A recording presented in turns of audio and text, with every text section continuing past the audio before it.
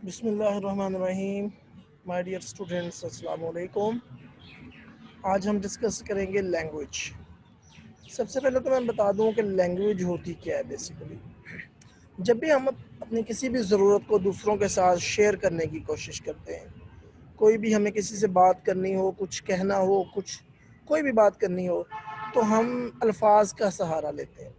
जब हम कुछ अल्फाज को मिलाकर फ़िक्रात बनाकर अगले बंदे के सामने पेश करते हैं अपनी ज़रूरत को, तो उसे हम लैंग्वेज कहते हैं।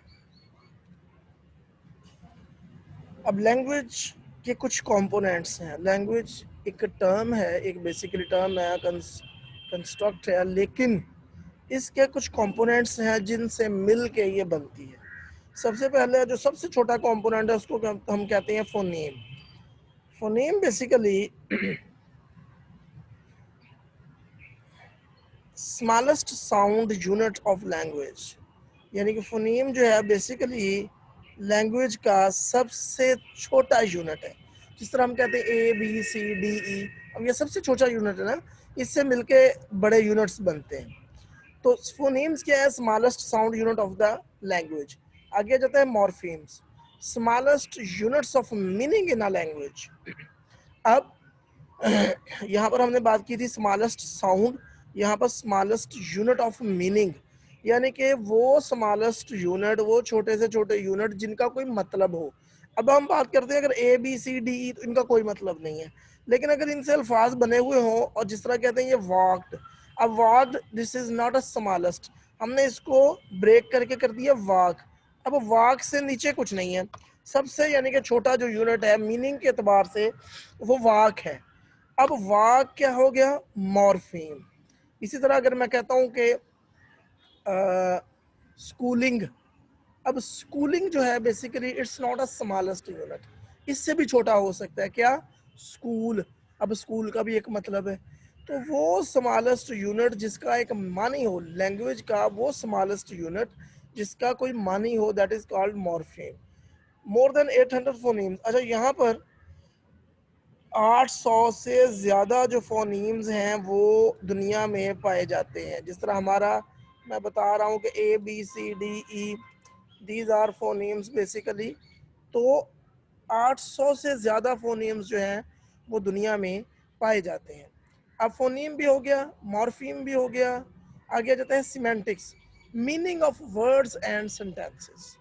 अब यहाँ पे स्मॉलेस्ट की बात नहीं हो रही, यहाँ पर क्या हो रही है? मीनिंग ऑफ वर्ड्स, यानी कोई भी जो अल्फाज हैं मीनिंगफुल हैं उनके मानी, या सेंटेंसेस, या जो अल्फाज से मिल के सेंटेंस बनते हैं, जब हम उनकी बात करते हैं तो उनके लिए जो टर्म यूज हुई, यानी कि मीनिंग ऑफ द वर्ड्स और सेंटेंसेस के लिए जो टर्म यूज की जाती है, दैट इज कॉल्ड सिमेंटिक्स। आगे आता है syntax. Syntax basically grammatical arrangement of words in a sentence, यानी कि अब हमने एक सेंटेंस बना लिया, अब उसमें हमने जो अल्फाज जोड़ के सेंटेंस बनाया है उनको ग्रामेटिकली अरेंज करके हमने वहां पे लिखना है। इट्स अ ग्रामेटिकल अरेंजमेंट, यानी कि ये नहीं कि मैं कह रहा हूँ कि मैं लाहौर जा रहा हूँ, I I go Lahore. No, ये ग्रामेटिकल अरेंजमेंट नहीं है। ग्रामेटिकल अरेंजमेंट क्या होगी? I am going to Lahore. अब ये मैंने ग्रामेटिकल अरेंजमेंट के एतबार से जो वर्ड्स हैं वो सेंटेंस में फिट कर दिए। मैंने कहा कि आई एम, यानी कि अगर मैंने कहना है कि मैं लाहौर जा रहा हूँ, तो मैं कहूँगा सबसे पहले आएगा आई, फिर आएगा एम, फिर आएगा गोइंग, फिर आएगा टू, फिर आएगा Lahore. I am going to Lahore. This is basically grammatical arrangement of words in a sentence, यानी कि सेंटेंस में मैंने जो ग्रामेटिकल अरेंजमेंट के हिसाब से अल्फाज जोड़ के सेंटेंस बना दिया है उसको हम कहते हैं सिंटैक्स।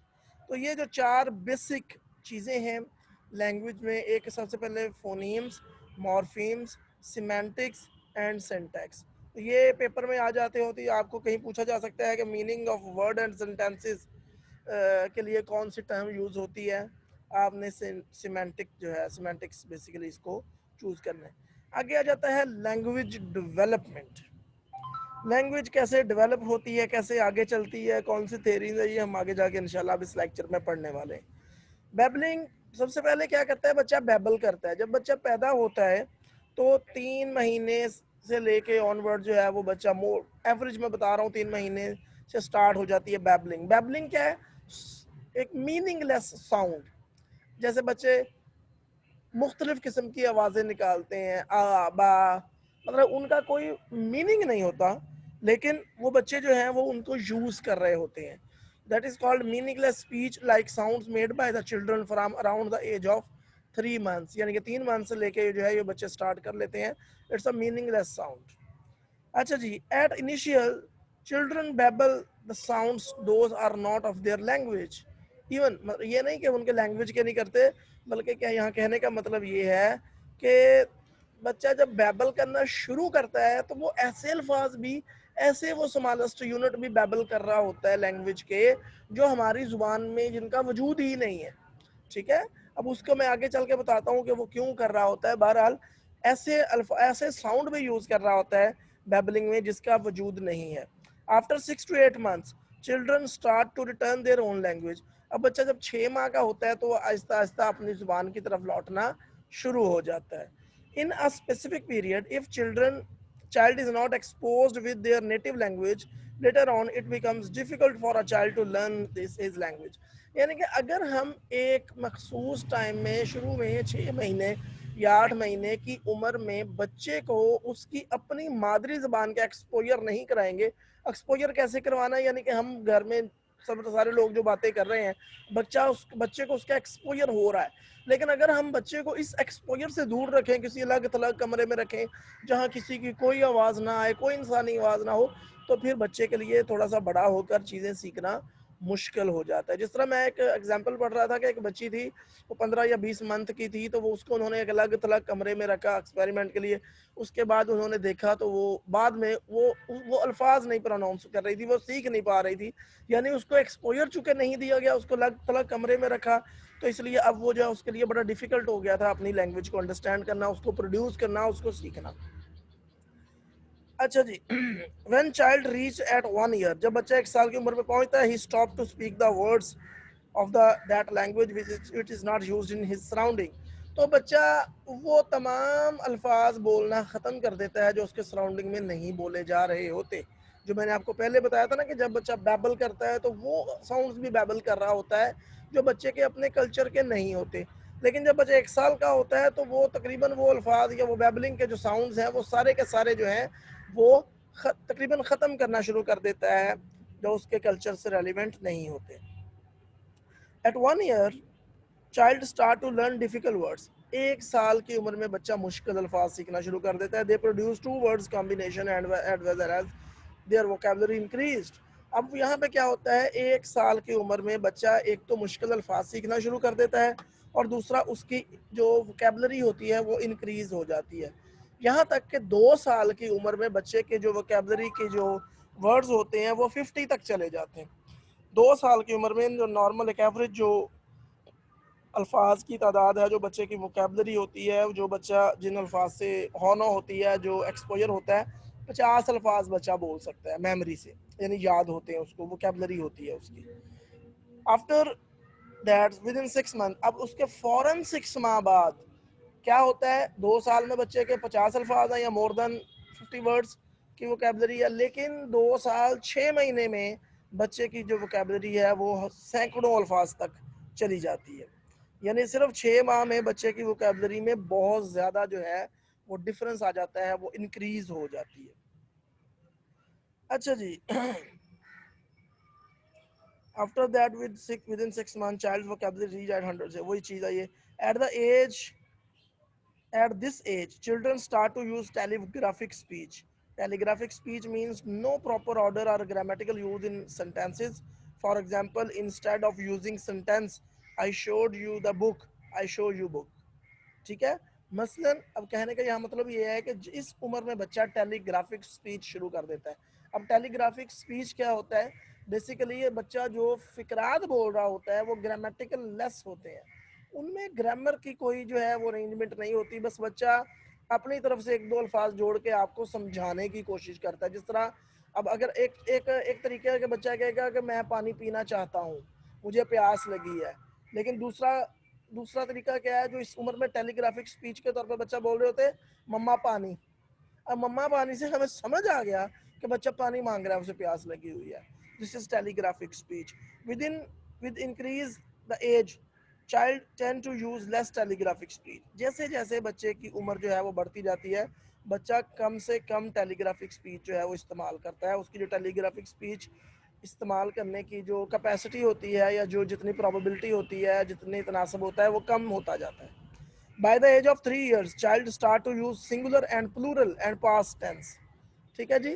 3 साल की उम्र में जब बच्चा पहुंचता है तो बच्चे को वाहद के जमा बनाने आ जाते हैं। मतलब बच्चा कहता है आदमी, सॉरी, औरत औरतें, लड़का लड़के, मम्मा मुझे लड़के तंग कर रहे थे, मम्मा मुझे फलां लोग थे वो तंग कर रहे थे, मम्मा मुझे फलां चीज़ें नहीं दी जा रही। तो ये जो है वो वाहद के जमा बनाने शुरू कर देता है।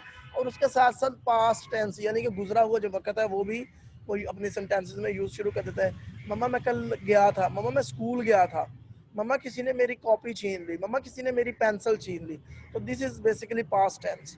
तो बच्चे यहाँ पर जो है वो शुरू कर देते हैं, लेकिन फिर भी गलतियों के चांसेस रहते हैं। बच्चे यहाँ पर हमेशा ठीक नहीं करते, बल्कि बहुत दफ़ा जो है वो बच्चे गलतियाँ भी करते हैं। By the age of 5 years, child learned basic rules of the language and vocabulary increased, but not fully completed. अब बच्चा जब 5 साल की उम्र में शुरू होता है, पहुंचता है, तो वो ग्रामर के कुछ जो बेसिक रूल्स है वो सीख जाता है, लेकिन फिर भी वो जो है एक कंप्लीट जो ग्रामर का यूज़ है वो शुरू नहीं करता अभी। उसके साथ साथ जो है वो बच्चे की वोकेबलरी भी बहुत ज़्यादा इंक्रीज हो चुकी होती है, लेकिन कंप्लीट नहीं होती। कंप्लीट तो हमारी कब्र तक भी नहीं होगी, क्योंकि दुनिया में इतने अल्फाज हैं कि हम हमेशा नहीं उनको कंप्लीट अपनी जो है वो कर सकते। बहरहाल जो वोकेबलरी है वो काफ़ी हद तक बढ़ जाती है। अच्छा जी, अब बात करते हैं कि लैंग्वेज सीखी कैसे जाती है, बच्चा सीखता कैसे है लैंग्वेज को। तो उसके लिए कुछ थेरीज मौजूद हैं कि जो लैंग्वेज को जो कुछ लोगों ने बताया कि लैंग्वेज कैसे सीखते हैं, जिसमें 2-3 थेरीज हैं। एक तो है लर्निंग थेरी अप्रोच, दूसरा है नेटिविस्ट अप्रोच, तीसरा है इंटरेक्शनिस्ट अप्रोच। सबसे पहले आ जाती है learning theory approach. Learning theory से मुराद ये है कि लर्निंग का मैं जहाँ वर्ड यूज़ करता हूँ, आपके दिमाग में फ़ौरन बिहेवियरिज्म का कॉन्सेप्ट आ जाना चाहिए, क्योंकि बिहेवियरिज्म वालों ने लर्निंग पे बहुत ज़्यादा जोर दिया था। Classical conditioning, operant conditioning, modelling और शेपिंग और and so on, lot many terms they introduce. अब लर्निंग थ्योरी क्या कहती है? लर्निंग थ्योरी कहती है कि बच्चा जो है वो रीइंफोर्समेंट के जरिए सीखता है। मसलन आप, अगर आपको आपका बेटा मम्मा या बाबा या भाई कहता है, तो आप उसको गले लगाते हो, चूमते हो, आप उसको प्रेस करते हो, शाबाश देते हो, वेरी गुड देते हो, एक्सीलेंट देते हो। तो इसके बच्चे का हौसला बढ़ता है। बच्चे का जब हौसला बढ़ता है तो वो दोबारा वो अल्फाज जो है वो बोलता है, वो प्रोबेबिलिटी, चांसेस बढ़ जाते हैं उस अल्फाज को रिपीट करने के, repetition of that particular word, chances increase. अब चांसेस जो है वो इंक्रीज हो जाते हैं और बच्चा जो है वो चीज़ सीख लेता है। अब क्या होता है कि जो रीइंफोर्समेंट है बेसिकली, वो बच्चे को की लर्निंग में, लैंग्वेज लर्न करने में बड़ा अहम रोल प्ले करती है। कुछ बिहेवियरिस्ट ये कहते हैं कि शेपिंग जो है, ये जो मॉडलिंग है, ये बड़ा अहम रोल प्ले करती है। जिस तरह बच्चे देख के सीखते हैं, बच्चे सुन के सीखते हैं। लाइक अगर आपके घर में बहुत सोफिस्टिकेटेड इंग्लिश बोली जा रही है, बड़े अच्छे आप टेंसेस यूज़ करते हैं, ग्रामेटिकल जो इस्तेमाल है वो बहुत ज़बरदस्त है आपके घर में, तो क्या होगा, आपका बच्चा जो है वो बहुत अच्छी इंग्लिश बोलना सीख जाएगा। ग्रामर की रूल से भी एक अच्छी होगी, सोफिस्टिकेटेड होगी, डिफ़िकल्ट वर्ड भी यूज़ कर रहा होगा क्योंकि आप कर रहे थे। लेकिन वो घर जहाँ पर ऐसा कुछ नहीं है, वहाँ पे सिंपल इंग्लिश या उर्दू बोली जाती है, तो उनके बच्चे भी जो है वो उनकी तरह सिंपल इंग्लिश या उर्दू बोलेंगे। आगे आ जाती है नेटिविस्ट अप्रोच। नेटिविस्ट अप्रोच दी थी नॉम चॉम्स्की ने। नॉम चॉम्स्की ने बेसिकली कहा था कि बच्चा जब पैदा होता है तो लैंग्वेज को सीखने की सलाहियत उसके अंदर पैदाइशी तौर पर मौजूद होती है। ठीक है जी। उसने कहा कि जैसे जैसे बच्चा बड़ा होता है वो एक खासियत और खसूसियात जो है वो लैंग्वेज की, वो उससे पॉलिश होकर बाहर आती रहती हैं। बहरहाल बच्चा जो है वो बाय बर्थ उसके अंदर बहुत सारी चीज़ें लैंग्वेज से रिलेटेड मौजूद होती हैं। He claim that rules and other language related things are innate abilities of the children born with these abilities and characteristics. With the passage of time, these abilities appear in child.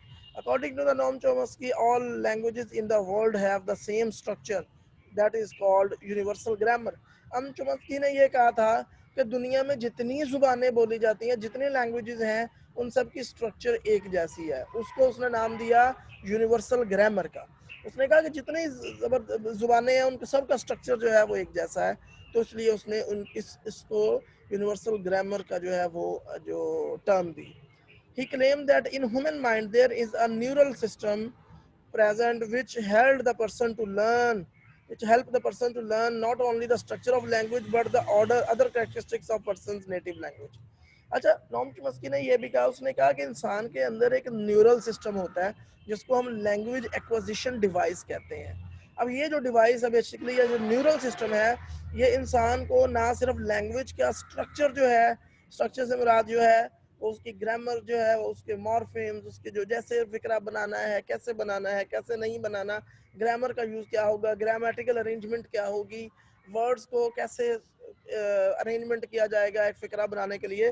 तो ये जो structure है basically language acquisition device जो है, वो ना सिर्फ ये स्ट्रक्चर समझने में मदद देती है इंसान की, बल्कि उसको उसकी जो मादरी ज़बान की और खसूसियात होती हैं वो भी सीखने में मदद देती है। लाइक पिच कैसी होनी चाहिए वर्ड बोलने की, सॉफ्ट होनी चाहिए, मतलब हार्ड होनी चाहिए, उसके अलावा साउंड कैसा प्रोड्यूस होना चाहिए, अप होना चाहिए, लाउड होना चाहिए, डाउन होना चाहिए। तो इस तरह करके जो डिफरेंट खसूसियात हैं वो भी सीखने में जो है वो ये लैंग्वेज एक्विजिशन डिवाइस जो है वो उसकी मदद करती है। अब लैंग्वेज एक्विजिशन डिवाइस की नॉम चॉम्स्की ने कहा इसकी को ब्रेन में स्पेसिफिक जगह उसने नहीं बताई। In the meanwhile, it is true that the human brain a number of areas those are linked with language production and understanding as well. लेकिन उसके बावजूद ब्रेन में बहुत सारे ऐसे एरियाज हैं जो कि लैंग्वेज प्रोडक्शन, लैंग्वेज अंडरस्टैंडिंग और बहुत सारी लैंग्वेज की खसूसियात से रिलेटेड जो है वो लिंक्ड है, वो डिफाइंड है, वो आइडेंटिफाइड है कि फला, जिस तरह हम ब्रोका एरिया कहते हैं, Broca area is the language production area, Wernicke's area is the language comprehension area. तो इस तरह और भी बहुत सारे एरियाज हैं जो लैंग्वेज को डील करते हैं, लैंग्वेज के स्ट्रक्चर को डील करते हैं, उसकी खसूसियात को जो डील करते हैं। Recently neuroscientist discovered a gene which is responsible for language acquisition. Recently कुछ न्यूरोसाइंटिस्ट जो रिसर्च कर रहे थे, उन्होंने कोई जीन, जीन का नाम नहीं बताया, बुक में भी नहीं लिखा हुआ, लेकिन उन्होंने एक जीन दरियाफ्त किया है कि जो लैंग्वेज एक्विजिशन में, लैंग्वेज को सीखने में, हासिल करने में बहुत अहम रोल जो है वो प्ले करता है। आगे आ जाती है interactionist approach. According to this theory, language acquisition depends on the combination of genetic predispositions and environmental factors like learning, like classical conditioning के जरिए सीखना। इंटरेक्शनिस्ट अप्रोच क्या है, ये थ्योरी क्या कहती है कि लैंग्वेज जो है बेसिकली ये इनेट भी है, ये बाय बर्थ भी आती है इसकी खसूसियात, और ये माहौल भी जो है, इन्वायरमेंट भी जो है वो भी इसको सिखाने में बंदे का बड़े अहम रोल प्ले करता है। हालांकि जो लर्निंग स्कूल ऑफ थॉट वाले हैं या पर्सपेक्टिव वाले हैं, उन्होंने ये कहा था कि लैंग्वेज जो है बेसिकली इंसान लर्न करता है, रीइंफोर्समेंट के तौर के ज़रिए लर्न करता है, या क्लासिकल कंडीशनिंग के ज़रिए लर्न करता है, या मॉडलिंग के ज़रिए, शेपिंग के ज़रिए जो है वो लैंग्वेज लर्न की जाती है। और नॉम चॉम्स्की जो था लिंग्विस्टिक, उसने कहा था कि जो इनेट खसूसियात होती है इंसान के अंदर, बाय बर्थ आती हैं, जो वक्त गुजरने के साथ साथ पॉलिश होकर बाहर आती जाती हैं, और इंसान की जो लैंग्वेज में है वो निखार पैदा होता रहता है। एट द एंड जो तीसरी अप्रोच है इंटरेक्शनिस्ट अप्रोच, उसने कहा नाम सिर्फ नॉम चॉम्स्की, बल्कि जो ना सिर्फ लर्निंग के ज़रिए, बल्कि इनेट भी सिर्फ अकेला नहीं होता, बल्कि लैंग्वेज को एक्विजिशन में दोनों मिल के काम करती है। इनेट चीज़ें भी होती हैं कुछ, और कुछ जो है वो लर्न भी की जाती है। तो ये था हमारा लेक्चर आज का लैंग्वेज के हवाले से, जिसमें हमने कुछ इसके जो स्ट्रक्चर देखा, phoneme, morpheme, semantic, syntax, phrases. उसके बाद हमने देखा कि बच्चा बैबल कब करता है, कैसे करता है, 1 साल की उम्र में क्या होता है, 2 साल की उम्र में, 3 साल की उम्र में, 4 साल की उम्र में, 5 साल की उम्र में। इस तरह डिफरेंट जो थेरीज थी, जिनमें लर्निंग थेरी अप्रोच था, नेटिविस्ट अप्रोच और इंटरेक्शनिस्ट अप्रोच था, ये हमने डिस्कस की है। तो होपफुली आपको समझ आ गई होगी इस लेक्चर की। अगर कोई चीज़ नहीं समझ आई तो यू कैन आस्क मी। अल्लाह हाफिज़।